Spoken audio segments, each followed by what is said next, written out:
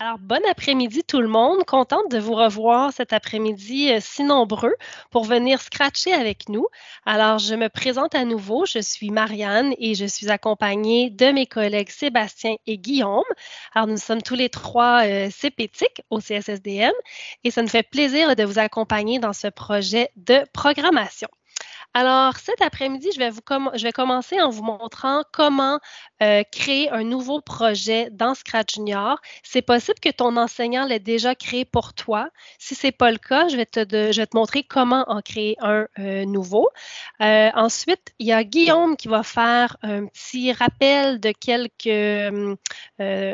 quelques trucs dans l'outil dessin de Scratch Junior. Et ensuite, on va vous laisser le temps de créer vos monstres.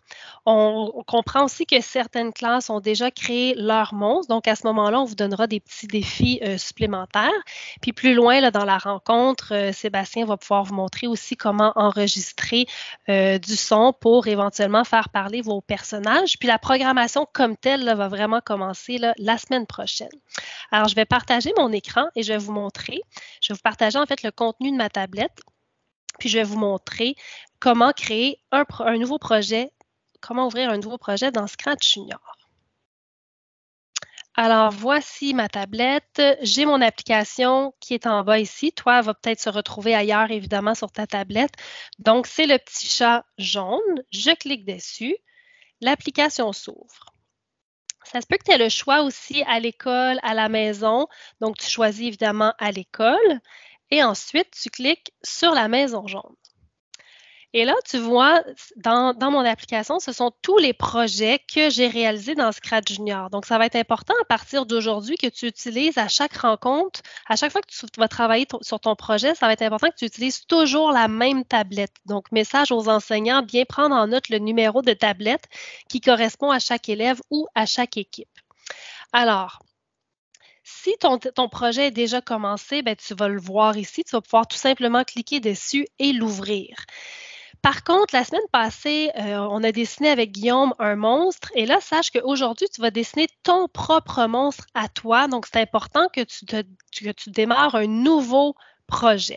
Comment on fait? Très simple. Tu vois ici, il y a un rectangle à l'intérieur duquel il y a un petit plus. Alors, je vais cliquer sur le plus. Et par défaut, mon petit chat va apparaître. Je n'ai pas besoin de mon petit chat parce que je vais plutôt tantôt dessiner un monstre. Donc, je clique longtemps dessus et un petit X va apparaître. Et je clique sur le X, mon chat est disparu. Tu vois en haut à droite, il y a un trapèze jaune. Donc, il y a une figure géométrique en haut à droite. Je clique dessus et c'est ici que je vais venir écrire le nom de mon projet. Pour que ce soit plus simple, nous te suggérons d'écrire le nom des deux élèves qui travaillent ensemble sur le projet. Donc, par exemple, je vais écrire Sébastien et Guillaume. Alors, tu écris le nom des deux élèves qui travaillent ensemble et tu appuies sur le crochet. Tantôt, Guillaume va te rafraîchir un petit peu la mémoire sur l'outil dessin, mais pour créer le premier monstre, tu vas venir cliquer ici sur le plus et tu vas choisir le pinceau pour aller dans l'outil dessin. Et tantôt, tu auras plein de temps là, pour créer ton monstre. Là, on va dire que mon monstre va être tout simplement un triangle. Là. Alors, quand j'ai terminé mon monstre, je vais venir faire le crochet. Là, le premier élève va avoir du temps pour créer son monstre, puis à un certain moment, on va dire maintenant, on échange les rôles, donc c'est le temps pour le deuxième élève de créer son monstre. Alors, ça va être important de revenir à gauche ici et de créer un autre personnage, donc de cliquer à nouveau sur le plus, comme ceci, sur le pinceau pour venir créer un deuxième monstre. Alors, une dernière chose, quand je clique sur la maison ici, c'est à cet endroit-là qu'on retrouve tous les projets et je vois bien ici le projet de Sébastien et Guillaume. Alors voilà, je départage mon écran et je vais laisser la parole à Guillaume. Donc, c'est bon. Donc, aujourd'hui, ce qu'on s'attend de toi, c'est d'avoir deux monstres. Donc, comme tu peux voir ici, c'est le monstre de Marianne, celui qu'on a fait la semaine passée. Et ici, le monstre de Sébastien qu'on va faire ensemble là, dans quelques instants. Ça va permettre à tout le monde de se rafraîchir la mémoire au sujet des fonctionnalités de l'outil dessin de Scratch Junior. Donc, à la fin de la période, tu devrais avoir quelque chose qui ressemble à cela. Donc, tu devrais avoir deux personnages. Donc, un premier monstre, un deuxième monstre, comme Marianne vient de l'expliquer. Et là, moi, ce que je vais faire, je vais débuter un nouveau projet. Donc, j'appuie sur le plus. Je vais effacer tic. Bye. Et je vais ajouter le monstre que j'ai dessiné la semaine passée avec vous, comme ceci. Donc, premier monstre. Et là, je vais dessiner le deuxième monstre avec l'outil de pinceau. L'outil pinceau. Et voilà. Donc, le monstre que je veux dessiner avec vous aujourd'hui, c'est celui-ci. Donc, ça ne sera pas très long. Donc, comme tu peux voir, on peut observer qu'il y a différentes formes géométriques. Donc, des triangles pour les dents, des cercles pour les yeux. Le corps, c'est une forme arrondie également. Puis ça va être important que tu utilises les formes géométriques pour dessiner ton monstre dans Scratch Junior. Tu pourrais bien sûr utiliser le trait libre, sauf que le résultat final, là, si tu veux qu'il soit optimal, c'est plus pertinent d'utiliser les formes géométriques comme je vais le faire avec vous dans quelques instants. Donc, première chose, pour dessiner le corps du monstre, on va utiliser le cercle qui est juste ici. Et là, tu vois, la couleur du cercle est devenue orangée. Je vais choisir un trait un petit peu plus gras pour faire le contour de son corps. Et je vais choisir la couleur noire. En glissant mon doigt, je vais dessiner le corps du monstre. Le pot de peinture pour remplir l'intérieur. Donc, j'appuie sur le pot de peinture, je choisis du rouge et je clique une fois à l'intérieur du cercle. Autre chose intéressante, c'est que quand j'ai terminé de dessiner ma forme géométrique, je peux utiliser la flèche pour déplacer le corps, mais également en cliquant une seule fois, il y a des petits points d'ancrage comme ça qui apparaissent. Et là, je peux modifier la forme. Donc, je vais lui donner une autre allure, donc comme ceci. Donc, voici le corps de mon monstre. Ensuite, on va dessiner sa bouche. Encore une fois, on utilise le cercle. On utilise un trait noir. Et là, je glisse mon doigt. Je prends la flèche pour dessiner, déplacer la bouche. Pot de peinture, encore une fois. Je clique à l'intérieur de ma forme ovale. Et là, tu vois, ma bouche vient d'apparaître. Encore une fois, je clique une fois sur la forme. Et là, je peux modifier celle-ci. Prochaine étape, les dents. Donc, tu vois, là, je vais rapidement, mais on l'a déjà dit la semaine passée, on avait fait le tour de toutes ces fonctionnalités-là. Puis en plus, il y a une vidéo qui est accessible également. Donc, les dents maintenant, donc on va choisir le triangle. Donc, je clique une fois sur le triangle. Je vais prendre un trait un petit peu plus fin. Je vais dessiner une première dent. Le pot de peinture. Je choisis le blanc, donc des belles dents blanches. La flèche pour déplacer la première dent. On avait vu aussi le tampon, donc le tampon qui est ici, donc je clique une fois et j'appuie sur la forme pour dupliquer, donc copier-coller la forme et je déplace ma dent. Donc, des belles dents pointues, bien blanches, sauf que ces dents sont un petit peu croches. Donc, avec les doubles flèches ici, là, donc j'appuie sur double flèche et là, je peux faire pivoter les dents. Donc, on a un monstre avec des belles dents pointues, un peu croche. Et voilà pour les dents. Finalement, je pourrais ajouter des yeux. Encore une fois, le cercle. Je viens déplacer. On peut remplir l'intérieur de celui-ci. Et on pourrait encore une fois utiliser le tampon comme cela. Et ensuite, je clique une fois sur l'œil et je viens modifier son apparence. Donc, ce qu'on vous demande aujourd'hui, c'est vraiment d'utiliser les formes géométriques pour dessiner votre monstre. À certains moments, oui, pour quelques détails, on pourrait utiliser le trait libre, sauf que le résultat final va être plus intéressant si, bien sûr, vous utilisez le cercle, le carré et le triangle pour dessiner les caractéristiques de votre monstre. Donc, quand j'ai terminé, j'appuie sur le crochet. Je peux changer le nom du personnage, donc je vais l'appeler c'est moi qui l'ai créé. Donc, je vais mettre mon prénom. Et voilà, j'ai mes deux monstres que je peux déplacer maintenant. Et là, je vais être prêt à les programmer. Tantôt, on pourra vous montrer d'autres petites fonctionnalités pour ceux qui sont davantage avancés. Donc, ça fait le tour pour cette partie. Je ne sais pas s'il y a des questions, Marianne, dans le clavardage. Je ne vois pas de questions, donc ça me semble clair. Donc, ceux pour les classes qui n'auraient pas fait leur monstre, donc la grande majorité, puis c'est tout à fait normal, on vous laisse donc le temps de créer votre monstre. Donc, ça va être le premier élève de l'équipe qui va créer son monstre. Et à un certain moment, on vous dira, ben là, c'est le temps de changer, puis on vous rappellera comment aller créer un nouveau personnage. Alors, Sébastien, on t'écoute. Parfait. Donc, là, on a dessiné nos monstres. Et là, on a hâte de pouvoir programmer, puis de pouvoir les animer, puis leur faire des choses. Mais juste avant ça, il y a une étape, qui est la pré-programmation. Alors là, j'ai dessiné mes deux monstres ici. Et quand je les ai mis sur ma page, ben, les deux sont un par-dessus l'autre. Donc, la première des choses, je vais les déplacer. Donc, par exemple, ici, le monstre, oups, je ne vais pas les passer. Je vais le glisser dans le coin et je vais mettre mon autre monstre, Germain. Je vais le déplacer dans l'autre coin. Et là, par exemple, j'y trouve un peu petit. Donc, ce que je vais faire, je vais aller ici dans les blocs qui sont les blocs violets et je vais sélectionner ici le petit bonhomme qui grandit. Alors là, j'ai sélectionné le monstre Sébastien, donc c'est le monstre vert. Je le revois d'ailleurs ici.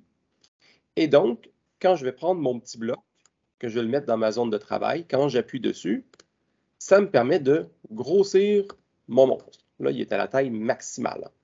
Si je le trouve trop gros, je peux utiliser le bloc à côté, qui est le bloc pour rapetisser. Et en appuyant dessus, je vais le rapetisser, puis là, je pourrais le replacer. Voilà, comme ça. Je vais faire pareil avec mon monstre Germain. Alors, je vais venir sélectionner Germain. Et ici, dans ma zone de travail, je peux venir placer le bloc pour le faire grossir ou le bloc pour le faire rapetisser. Et quand j'ai fini, j'ai juste à les enlever. Si vous voulez aller un peu plus loin, je vous donne un petit truc en extra. Dans les blocs bleus, vous pouvez aussi les faire tourner, les faire pivoter. Donc, par exemple, là, Germain, il est vraiment très, très droit. Mais je pourrais dire, hey, je veux que tu tournes ta tête un peu, Germain. Donc, je pourrais le tourner comme ça. Et si je veux le faire la même chose avec mon autre monstre, et bien là, je vais prendre par exemple ce bloc-ci, je le tourne un petit peu, et voilà. Et donc là, j'ai agrandi mes monstres, je les ai déplacés, je les ai rapetissés et je les ai même fait tourner. Est-ce que, Marianne, est-ce que tu penses que Oui, c'était je pense que suffisamment clair? oui, c'était très clair, Sébastien. Puis donc, les blocs, on peut les replacer où ils étaient, mais les blocs de programmation aussi, quand on a terminé, on peut tout simplement les glisser vers le haut, puis ils vont disparaître. Donc, comme Ah, Sébastien vient de le faire. Merci, Sébastien. un plaisir. Guillaume.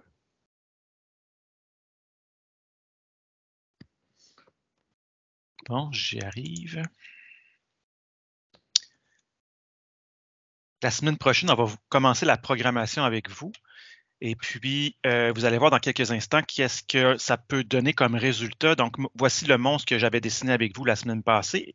Et mon monstre, lorsqu'il va parler, qu'il va prendre la parole, il va se mettre à grossir, grossir, grossir. Puis, vous allez voir, ses yeux vont changer de couleur. Donc, c'est la caractéristique que sur laquelle je vais vouloir mettre un accent.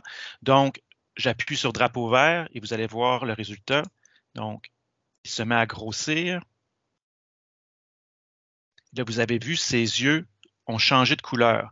Pour arriver à faire ça, pour avoir ce résultat, ça va être important de se créer des lutins caractéristiques. Donc, vous ne pourrez pas le faire directement sur votre personnage. Donc, vous ne pourrez pas faire changer la couleur des yeux de votre personnage. Vous allez devoir créer des lutins à part. Donc, c'est pour ça qu'ici, vous voyez, j'ai l'œil 1, œil 2 et ainsi de suite. Donc, c'est ce que je vais vous montrer dans quelques instants, comment on va procéder. Donc, je reviens dans mon projet. On va prendre celui-ci. Donc, on va commencer avec mon premier personnage, le personnage Guillaume, donc monstre de Marianne. Ça, je peux l'enlever pour l'instant. Je n'ai plus besoin. Ça non plus. Donc, pour créer les lutins caractéristiques, Sébastien vous l'a montré, c'est important de programmer, de faire la préparation, s'assurer qu'on a choisi la bonne grosseur pour le monstre. Et ensuite, on fait comme tantôt, on s'ajoute des nouveaux personnages. Donc, on appuie sur le plus, pinceau. Je vais prendre le cercle. Bien sûr, ça dépend c'est quelles caractéristiques vous voulez travailler. Donc, moi, pour l'instant, ce sont les yeux que je veux apporter, auxquels je vais apporter une modification. Donc là, j'y reviens parce que ce n'est pas la bonne couleur que je voulais avoir. Donc, j'appuie sur le rouge. Un œil de préparé. Donc, je vais l'appeler œil 1. Puis, je vais venir le placer au bon endroit. Puis, on vous montrera la semaine prochaine, au niveau de la programmation, comment on va fonctionner pour animer tout ça. Ensuite, je vais retourner ajouter un personnage. Donc, je dessine encore un cercle. Pot de peinture. Puis je viens le placer par-dessus le deuxième. Puis là, c'est important, on ne dessine pas les cinq yeux sur la même page de dessin. On s'assure qu'on a créé un lutin pour chacun de ceux-ci. Donc, 1, 2, 3. Puis là, je pourrais continuer. J'en fais un dernier. Je pense que vous avez compris. Donc, je fais un dernier œil, comme ceci. Et je viens le placer par-dessus. Puis, s'il n'est pas assez gros, Sébastien l'a montré il y a quelques instants. Donc, je vais choisir le bloc pour agrandir. Puis là, vous voyez, je pourrais jouer sur le format. Il est un petit peu trop gros, donc je vais le rapetisser, comme cela. Je glisse mon bloc vers le haut pour le faire disparaître. Si on veut travailler sur notre deuxième personnage, donc on va aller voir notre personnage numéro 2, mais on a plus ou moins besoin. Là. Donc ici, les dents, je les trouve un petit peu grosses. Donc moi ce que j'aimerais, c'est que lorsque je vais programmer mon monstre numéro 2, c'est que ces dents grossissent. Donc ce que je vais faire en premier, c'est que je vais aller modifier ces dents. Là, je les trouve un peu grandes. Donc on va les faire toutes petites. Je peux les ajuster. Puis après ça, je vais aller me créer des lutins, des 2 lutins dents. Comme cela. C'est fait. Donc, j'ai créé des yeux pour mon premier personnage. Je vais créer des dents pour mon personnage numéro 2. Donc, dent 1. Prendre le triangle. Je vais prendre le noir, comme ceci. Je vais utiliser le blanc. Donc, j'ai une première dent de prête. Je peux la mettre par-dessus, mais on va vous le montrer la semaine prochaine. Encore une fois, je répète, là, on va vous montrer comment utiliser ces lutins dans votre programmation. Et là, j'ajoute une deuxième dent, comme cela.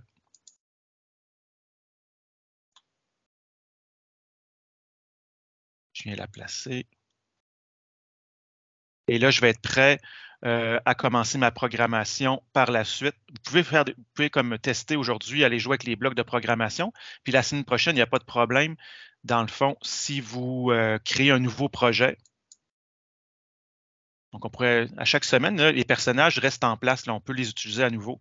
Donc, vous voyez, mes dents sont encore là. Mes yeux que je viens de créer se retrouvent dans mes personnages. La même chose pour mes monstres. Donc, vous pouvez vous amuser quand vous aurez terminé de créer vos lutins caractéristiques. Vous pourrez peut-être aller explorer les blocs de programmation. Puis comme ça, la semaine prochaine, on pourra commencer ensemble à les explorer. Puis finalement, ça vous tente d'ajouter un fond d'écran également. Donc moi, j'aime bien le désert. Là. Donc le combat des monstres dans le désert. Donc les fonds d'écran se retrouvent ici en haut, au milieu. Donc vous pouvez vous choisir un fond d'écran pour la suite de votre projet. Je ne sais pas s'il y a des questions. Je peux rester en partage d'écran quelques instants.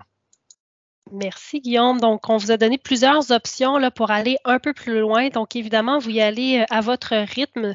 Alors, pour aujourd'hui, l'objectif, c'est vraiment que que les 2 monstres soient dessinés. Donc, si vous avez le temps, vous pouvez rajouter des lutins caractéristiques. Si vous avez le temps, vous pouvez rajouter un fond d'écran. Donc, c'est des petits défis là, pour aller un peu plus loin. Mais c'est possible aussi que vous manquiez un peu de temps pour dessiner vos 2 monstres. Il n'y a aucun problème avec ça. ça. D'ailleurs, ce serait un bon moment pour échanger bientôt là, de la tablette. Donc, si vous êtes 2 sur la même tablette, ce serait le bon moment de laisser la tablette à l'autre pour qu'il puisse commencer à dessiner son monstre.